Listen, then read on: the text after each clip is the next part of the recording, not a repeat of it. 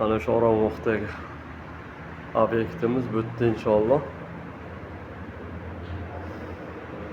Yakunladim.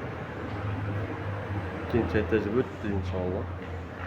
O'zi yana birinchi etaji bor. Kimga shunaqa xizmatlar bo'lsa, bemalol aloqa chiqaverasizlar. Inshaalloh birinchi etaj quyishni boshlaganmiz. Shu Oromgoh Qalsoydagi obyektimiz. İki etajlik edi. Birinchi etajini quyishni boshlaganmiz hozir. Ozgina kech bo'lsa ham sizlarga ko'rsatib o'tamiz deb nima qildik. Bu yerda ham 3 xona.